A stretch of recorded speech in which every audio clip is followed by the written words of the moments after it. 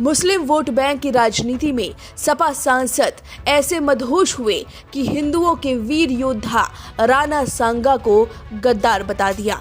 ऐसे रामजीलाल सुमन जैसे लोगों को बताना जरूरी हो गया है हमारे वीर योद्धा राणा सांगा कौन थे और उनकी तुलना मुगल आक्रांताओं से नहीं की जा सकती है। राणा सांगा के बारे में जाने उससे पहले सियासी घमासान के बारे में जान लीजिए। दरअसल राज्यसभा में अपने चर्चा के दौरान सांसद रामजीलाल सुमन मुगल बादशाह बाबर का जिक्र करते हुए कहा कि भाजपा के लोगों का तकिया कलाम बन गया है कि मुसलमानों में बाबर का डीएनए है। इसी दौरान उन्होंने राणा सांगा को गद्दार बता दिया। कहा हिंदुओं के खून में क्या बहता है।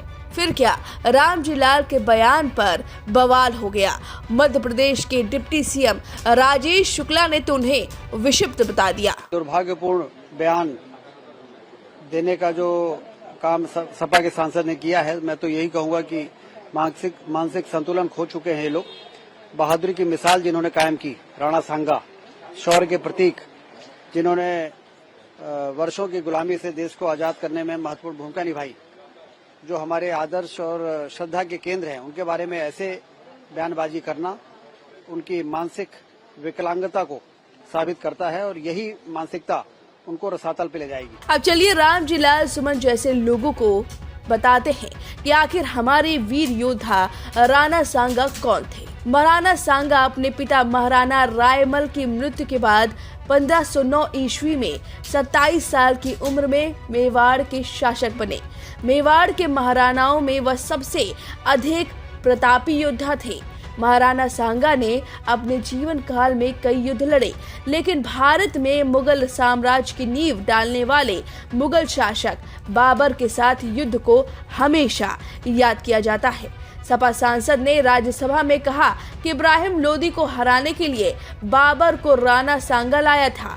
इस पर इंडिया टुडे से बातचीत करते हुए इतिहासकारों ने अपनी राय रखी है। जीएन शर्मा और गौरी शंकर हीराचंद ओझा जैसे कई इतिहासकारों का तर्क है कि बाबर ने अपने साझा प्रतिद्वंदी इब्राहिम लोदी के खिलाफ गठबंधन की उम्मीद में स्वयं राणा सांगा से संपर्क किया था। राणा सांगा शुरू में इसके लिए तैयार दिखे, लेकिन बाद में उन्होंने संभवतः मेवाड़ दरबार में अपने इतिहासकारों के प्रतिरोध के कारण अपने कदम पीछे खींच लिए। 1526 ईस्वी में पानीपत के प्रथम युद्ध में इब्राहिम लोदी को पराजित कर बाबर ने भारत में मुगल साम्राज्य की नींव डाली। उसके बाद से ही बाबर और महाराणा सांगा के बीच संघर्ष शुरू हो गया। बाबर इब्राहिम लोदी पर विजय के बाद संपूर्ण भारत पर अपना आधिपत्य स्थापित करना चाहता था, लेकिन राणा सांगा को पराजित किए बिना ऐसा संभव नहीं था। मुगल साम्राज्य के संस्थापक बाबर ने पानीपत में अपनी जीत से बहुत पहले ही भारत की ओर अपनी यात्रा शुरू कर दी थी। तैमूर और चंगेज खान के वंशज बाबर को फरगाना में अपनी मातृभूमि से बाहर निकाल दिया गया था। उसने साम्राज्य का सपना देखते हुए काबुल के बीहड़ पहाड़ों में 2 दशक से अधिक समय बिताया। फरगाना और समरकंद में अपनी पैतृक भूमि के खोने का उन पर भारी असर पड़ा और हिंदुस्तान की संपदा उन्हें नई संभावनाएं प्रदान करने लगी। पानीपत की लड़ाई के बाद अफगान नेता महाराणा सांगा की शरण में पहुंचे। राजपूत अफगान का मोर्चा बाबर के लिए भय का कारण बन गया। वहीं 16 मार्च 1527 की सुबह भरतपुर के खानवा में युद्ध शुरू हुआ। पहली मुठभेड़ राजपूतों के हाथ लगी, लेकिन अचानक ही एक तीर आया और राणा सांगा के आंख में लग गया। वह युद्ध भूमि से दूर गए और राजपूत युद्ध हार गए। इसके बाद भारत में मुगल साम्राज्य स्थापित हो गया। बाबर ने युद्ध का बदला लेने के लिए युद्ध विरोधी सरदारों ने सांगा को जहर देकर मार दिया। महाराणा सांगा की 30 जनवरी 1528 ईस्वी में 46 वर्ष की आयु में देहांत हुआ। कई बार ऐसे आरोप लगाए जाते हैं कि बाबर के भारत आने का कारण मेवाड़ के राणा सांगा का निमंत्रण था। यह पत्र दिल्ली के लोदी शासक इब्राहिम लोदी को हराने के लिए एक निमंत्रण था, जिसे राणा सांगा ने 18 बार हराया था।